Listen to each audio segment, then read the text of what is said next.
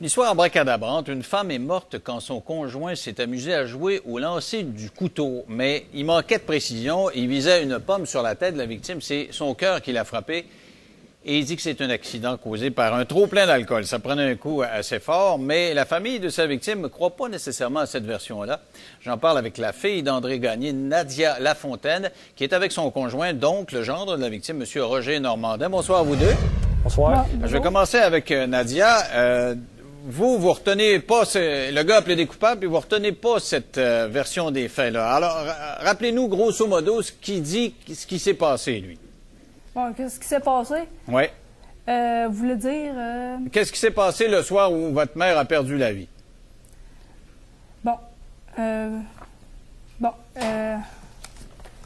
Là, je vais enchaîner, ça ne fait rien, M. Lévesque. Allez-y, allez-y. OK, parce que là, elle est encore sur les émotions, qu'on peut dire. Là. OK. Ce qui s'est passé, c'est que d'après sa version à lui, premièrement, on a une version. OK? Lui, il dit que elle a dit, si tu m'aimes, prouve-moi ton amour, mais elle va me côté au le mur, puis elle se met une pomme sur la tête, puis lance deux couteaux. Ça, c'est farfelu. Une personne logique, pourrais-tu demander à quelqu'un, si tu m'aimes, mais ça a une pomme sur la tête, mais c'est du couteau. Ça, attention, il dit que c'est elle qui aurait dit ça? Et voilà. Mais là, exact. Mais sauf qu'on a la version du meurtrier seulement, M. Roson. En plus, il était 4 dans la maison. Puis les 4 personnes, ils n'ont pas été... personne n'a témoigné en cours. Puis ça va, en plus de ça, là, c'est pour ça que la vraie vérité, seul le meurtrier le sait. Parce que l'avocat de la couronne, il a déposé une cassette en disant au juge, écoutez, on a la cassette du 911 quand ils ont appelé le 911, OK? Puis là, on entendait clairement Jean Roson dire, « Hey, tu diras qu'elle est tombée sur une hache. » Voyez-vous, il était en train d'essayer de vouloir maquiller la scène de crime. Fait qu'il s'est arrêté vraiment. Puis là, en cours, son avocate a dit qu'il avait des remords puis qu'il l'aimait. C'est faux. Parce que si vraiment ça aurait été vrai, là, ben quand il y aurait eu un accident, il aurait entendu pleurer. Il aurait dit, qu'est-ce qu'il a fait là? Comprenez-vous, là? OK. Alors, sur le 911, c'est pas ça qui se passe. Il dit, il y a eu une hache, il y a un problème avec une hache. Il parle pas de couteau, puis il parle pas de concours de tir. Exactement. Sur le 911, il dit aux autres témoins qu'il y a là, dites qu'elle est tombée sur une hache. Fait que c'est logique, celle-là. Là. Fait que ça veut dire que si il aurait aimé vraiment, comme je l'ai dit tantôt, il n'aurait pas agi comme ça. Ah, mais est-ce que c'est pas une histoire de gars chauds puis de femmes pactées aussi? Parce qu'on a dit qu'on a bu quelque chose. Attendez que je me retrouve. 42 bières et 120 onces de whisky et des cognacs au cours de la soirée. C'est une grosse brosse, ça, monsieur, là. Oui, vous avez peut-être raison, mais elle était dessus en boisson comme les autres. Comme vous disiez, il y a un témoin et c'est celui qui l'a tué. Lui, il peut dire qu'est-ce qu'il veut. Elle est morte. Elle peut pas rien dire. Puis deuxièmement, qu'il s'est intoxiqué ou pas, c'est pas un jeu que jouer avec la vie d'une personne. Écoutez, c'est pas logique, là. Il y a quelque chose, moi, je trouve que ça a l'air bizarre, cette affaire-là. Ça. Nadia, est-ce que votre mère prenait un coup régulièrement? Est-ce qu'elle prenait un coup fort? Ah, non. À l'occasion, normalement, là. OK. C'était pas une soulonne, là. OK. Donc, cette histoire de gros party comme ça, c'était dans l'exception pour elle. Ouais, ben là, je comprends. Ouais, il était tout dessous, là, comme OK. on a entendu Dites-moi, parler. est-ce que ça faisait longtemps qu'elle était avec ce gars-là? Quelques mois, 3-4 mois. Elle était récemment divorcée de votre père, finalement. Non, pas mon père. D'un gars qu'elle avait marié. OK. Donc, ça faisait déjà un petit bout de temps qu'elle n'était pas avec votre père. Non, ça fait 20 ans qu'elle n'est plus avec mon père. C'est un autre gars qu'elle avait connu, puis elle avait marié, puis elle n'était plus avec. Et l'avez-vous rencontré, ce gars-là, le nouveau chum, là, celui qui lui a lancé des couteaux, là? Ah non, le meurtrier, je ne l'ai pas rencontré, mais ma soeur, oui, elle était là, elle était visiter ma mère 3-4 fois chez ma mère. Puis comment elle l'avait trouvé? Ah, elle l'a trouvé, elle n'avait peur. Elle avait peur de lui? Ah oui, elle dit, elle trouvait... Quelle face qu'il faisait aussi? C'est-à-dire? Ah oui, c'est vous, qu'est-ce qu'il disait à ma mère? Non. Il disait, je vais te tuer, toi, André, ha, ha, ha! Quand il était sous, là. C'était des jokes de gars chauds, c'était « je vais te tuer ». Oui, là, il disait ça devant ma soeur à ma mère. Donc, il prenait un coup pas mal, le gars, là. Vous dites qu'il était pacté, là. C'est un gars qui prenait un coup fort. Oui, il saoulait tous les jours. Oui, mais même, il prenait un coup fort, ça n'a pas rapport ben là-dedans. Là. Premièrement, lui, il dit que c'est accidentel. Ben, c'est parce que lui, il dit que c'est lié à l'alcool. Oui. C'est son argument. Alors, s'il voilà. prend un coup fort à l'année, c'est pas une Exact. exception. Normalement, l'alcool n'a pas d'excuse, si je ne me trompe pas. OK? Puis deuxièmement, moi, j'ai le rapport du coroner ici. Là. Le rapport du coroner, il dit qu'elle a eu 3 coups de couteau. Fait qu'elle veut me faire croire que quelqu'un peut... c'est accidentel, 3 coups de couteau. 1 coup de couteau, ça peut être un accident. Mais 3 coups de couteau, là, elle a été piquée 2 fois, pas beaucoup. Puis ouais, continue, promo. Voyez-vous, il y a quelque chose qui ne marche pas là-dedans. Oui. C'est intéressant ce que vous soulevez là. Vous dites, s'il l'a touché une fois, normalement, il aurait dû arrêter. Bien, la logique, c'est où, d'après vous? Oui. Bon, mais écoutez. Ben oui, ça va être un jeu. Et voilà, puis là, ben, quand nous autres, on était au procès, vendredi passé à Granby, là, puis l'avocat de la couronne, il disait que le témoin a dit qu'il était bien chaud quand il lançait des couteaux. OK, après ça, l'avocate, son avocate à lui, elle dit non, c'est pas lui qui chambranlait, elle dit c'est elle. Quel rapport, là? C'est automatiquement, si lui, si c'est vrai qu'il était chaud de même, c'était doublement encore. J'aurais été un responsable pour Saint-Saëns, dire on ne fait pas un tel jeu, si c'est vrai ce jeu-là. Maudit meurtrier sale. Mais quand vous analysez le tout, je trouve que ça ressemble pas bien à qu'est-ce qui dit, mais là, il y a sa version. Puis deuxièmement, il y avait 3 autres témoins. Puis ça serait vrai tout ce qu'il dirait. C'est qui les 3 autres témoins? Qui étaient là? Il y avait l'ancienne blonde à lui qui était là. Oui, Joanne Gregg. Après ça, il y avait un autre monsieur qui était là. René Turcotte. Il était 4. Ça, c'est son coloc, ça, je pense. Oui. Voilà. Fait que ça veut dire que si ça avait été vrai, sa version à lui, il aurait dit au Hans, moi, des témoins vont nous vous dire qu'est-ce qui s'est mis à passer, que c'est vraiment passé. Pourquoi les témoins n'ont pas nous témoigner? Ils n'ont pas parlé, eux autres. Ben oui, mais... Pourquoi ils n'ont pas été témoignés encore? Il faut savoir lire entre les lignes, là. Puis à un moment donné, moi, je me souviens d'une chose en passant, à peu près une semaine ou 2 avant qu'elle se fasse tuer, elle était au téléphone avec sa fille Nadia, puis Nadia a mis le téléphone sur main libre, elle attendait. D'un coup, là, son chum en arrière, il se met à sacrer, je ne répéterai pas les sacs. Vas-tu le raccrocher le téléphone, toi? Elle répond, elle dit, je tentais de parler avec ma fille. Raccroche-lui, j'ai un téléphone à faire. Fait que quand ma blonde lui raccroché, sais-tu, son chum, il l'aime en tabarnak. Fait même pas 3 mois qu'il est avec, puis il se sac après. Puis là, en cours, vendredi, là, il y avait des remords, puis il l'aimait, puis Ah oui, c'est ça. Il dit au téléphone, il dit, je vais te tuer, oui. Il dit, André, il était toujours sous. Il dit, je vais te tuer, toi, André. Mais comment se fait que votre mère tolérait ça? Est-ce qu'elle avait un passé de molestie? Est-ce que c'était une femme qui s'est toujours laissé parler comme ça? Ou... Ah non, pourtant, c'était pas une femme gênée. Elle était capable de lui répondre, mais vous n'avez pas lui répondre, ou quoi? Oh oui, là, elle pensait que c'était des farces, tu sais. Elle dit, arrête de faire des farces plates, toi. Puis, je pensais pas que t'as là-dessus pour de vrai un jour.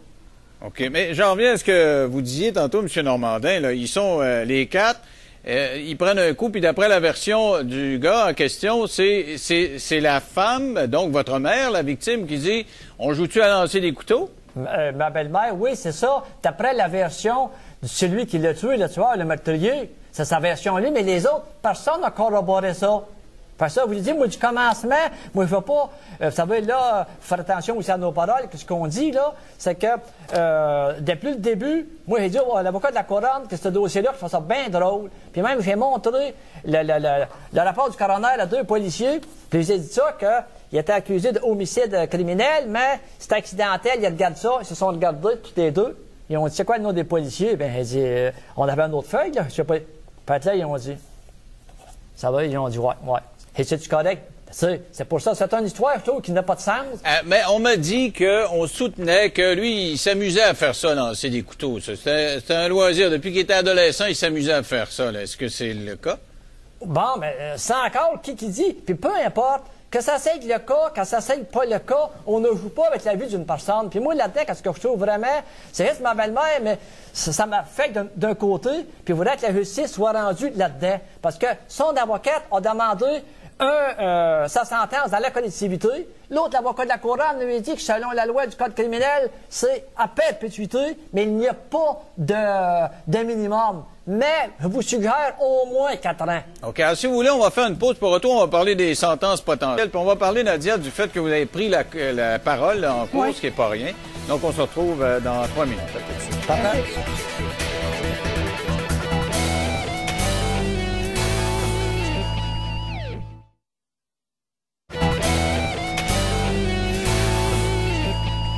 Alors avec moi, la fille d'André Gagné, qui a été tuée par un lanceur de couteau amateur, qui était son conjoint, Nadia Lafontaine, donc qui est avec son conjoint, donc le gendre de la victime, M. Roger Normandin.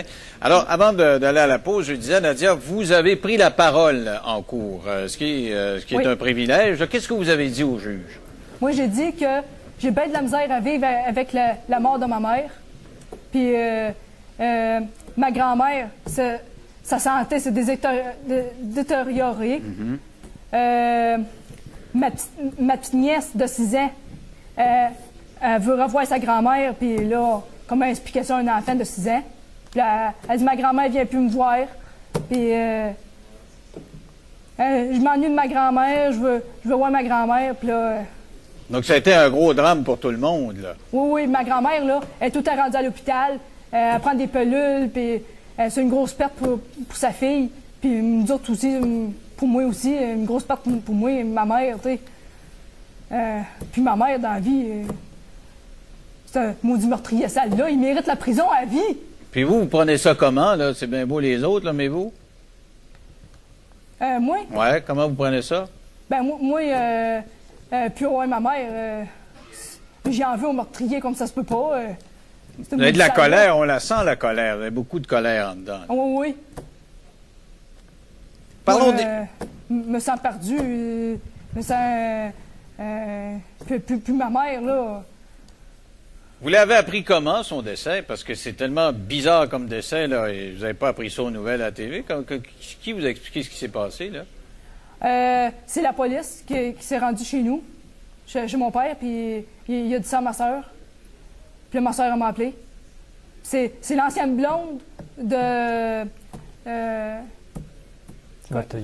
meurtrier qui a dit aux polices, vu que ma soeur y avait été, il a dit où ma soeur habitait, puis comme elle a rejoint ma soeur, puis où qu'elle habitait. On parlait de sentence possible tantôt, M. Normandin. Oui. La défense qui dit, bon, ben tout le monde était sous, incluant la victime, il n'y a pas d'intention coupable, donc une sentence à purger dans la communauté, ce serait bien. Alors que la couronne dit, ben ce serait peut-être mieux de l'envoyer en prison pendant un petit bout de temps. C'est de la négligence criminelle ayant causé la mort. Exact. 4 ans. Vous placez où là-dedans? Là? Ben écoutez, moi je me place que je voudrais que la justice soit faite. Mais moi je trouve que de la façon que ça fonctionne, je trouve que c'est pas assez sévère. Lui, il a enlevé la vie à une personne, OK? Bon, ben, peu importe la façon que c'est arrivé, lui, il dit que c'est accidentel, mais si vous analysez comme vous le dossier, vous voyez que c'est pas accidentel. Mais même, disons que c'est accidentel, puis disons qu'il est à chaud. Bon, mais premièrement, la boisson n'a pas d'excuse. Puis ce gars-là, s'il n'est pas assez intelligent pour marcher parmi le monde et qu'il envoie une place pour se faire soigner le restant de ses jours. Maudit gibier de potence. Mais là, qu'est-ce qu'on a répondu au cours du procès? Parce que vous vous dites que c'est pas clairement établi si effectivement il est responsable ou pas. Les 3 coups, là, parce que vous l'avez souligné tantôt, il y a un coup de couteau qui est plus profond et les 2 autres, elle a été frappée par un couteau. Lui, il dit, je les ai lancés pour m'amuser à sa demande. Exact. Mais comment en cours, parce que votre objection a bien du sens, là, comment en cours on répond au fait qu'après y avoir touché une fois, il aurait dû arrêter? Qu'est-ce qu'il répond à ça? Là? Bon, ben là, vous posez une bonne question. Ils l'ont pas dit, ils parlent d'un coup de couteau. Un coup de couteau. Fait que moi, je ne comprends pas. Il dit, moi, il n'a pas le droit de témoigner. Il parlait à quelques reprises avec l'avocat de la couronne, puis il n'a pas l'air à m'aimer bien. Et puis, en tout cas, ça, c'est notre affaire. Et puis, parce que moi, je lui disais qu'est-ce qu'il n'était. On disait, moi, savez-vous mon impression que ça me donne? J'ai dit ça vendredi, là. Et moi, ça me fait l'impression que là-dedans, il n'y aura pas grand-chose. Il me regarde, il dit, toi, t'as pas un mot à dire là-dedans, toi. Ben, il dit, écoutez, fait là, il dit, elle, ça veut parler. Il dit, elle, sa fille, elle a le droit de parler. Elle peut-tu parler? Même, c'est moi qui ai trouvé de demander à l'avocat de la couronne qu'elle parle au juge. L'avocat de la couronne, il l'a même pas rencontré. C'est nous autres, c'est moi qui fais des démarches pour dire, elle veut parler au juge pour dire, expliquer ses émotions au juge. Sinon, le juge, il l'aurait jamais entendu. Et qu'est-ce que vous répondez au fait que la défense dit, écoutez, il n'y a pas d'intention coupable là-dedans. Là. Le gars, il n'a jamais voulu faire ça. Là. Vous, pacter ou pas pacter, là, OK, vous prenez pas l'excuse de la boisson, c'est correct, mais il n'y a pas d'intention quand même. C'est un accident. Là. Ben oui, mais monsieur Lévesque, c'est ça? Oui. Bon. Êtes-vous capable de m'expliquer, vous, que quelqu'un peut lancer 3 couteaux, puis c'est pas accidentel, le 3e. De 13,5 cm de Écoutez, profondeur. là, le premier coup qu'il l'a frappé, quand il l'a blessé, il aurait dû arrêter immédiatement. C'est vrai que sa version, c'est pour ça que je trouve que sa version est drôle quand on regarde le rapport du coroner. Après ça, il a essayé de la ranimer, qu'ils disent, puis là-dedans, il met qu'il y a une côte ou deux de cassée. Puis la personne qui est en train de s'éviter de son sang, pense que c'est pas la méthode. Comprenez-vous, là? Peser ses côtes. Bon, là, puis puis- deuxièmement, c'est comme j'ai dit tantôt, quand la cassette du 911 qui ont entendu, puis qui dit froidement, « Hey, dites qu'elle est tombée sur une harpe. » Ben là, écoutez, là. Mais M. Normandin, quand on est pacté, mais vraiment en dernière limite, il n'y a plus de logique qui tienne. Hein. Ça marche. Alors, quand on prend 42 bières à 4, plus 120 onces de whisky puis de cognac, je présume qu'on ne sait plus ce qu'on va, puis qu'on lance les couteaux, puis on ne sait plus, je sais pas, là. Ben là, ça doit être l'argument qui a été soulevé par la défense à ce Ben moment-là. oui, écoutez bien, M. Lévesque. Une personne qui est sous, là, vous allez dire n'importe quoi, puis oh, il répondrait pas. Il parlait très bien quand il l'a entendu sur la cassette. On va dire que c'est une harpe. Peut-être, la boisson, à un moment donné, je pense qu'il n'avait peut-être, mais, écoutez, là. S'il l'aurait aimé, là, il l'aurait pas tué évaluer de toute la même. situation. Puis, le gars est chaud, un couteau, on l'applique un peu, un deuxième, puis le troisième qui a rentré de 13,5 cm, monsieur, là. De profondeur. Il a fallu qu'il l'ait glancé fort dans la toile, le couteau. OK, alors, Nadia, je vous laisse le mot de la fin. Ça s'en vient le 15 juin, là, ce sera la sentence. Qu'est-ce que vous souhaiteriez, vous? Moi, la prison à vie, ce gibier de potence-là. OK, c'est clair. On va suivre ça. Éventuellement, on se reparlera au mois de juin. Moi, je respecte, monsieur, pour être rendu. Merci à vous deux. OK, bonjour. Au revoir.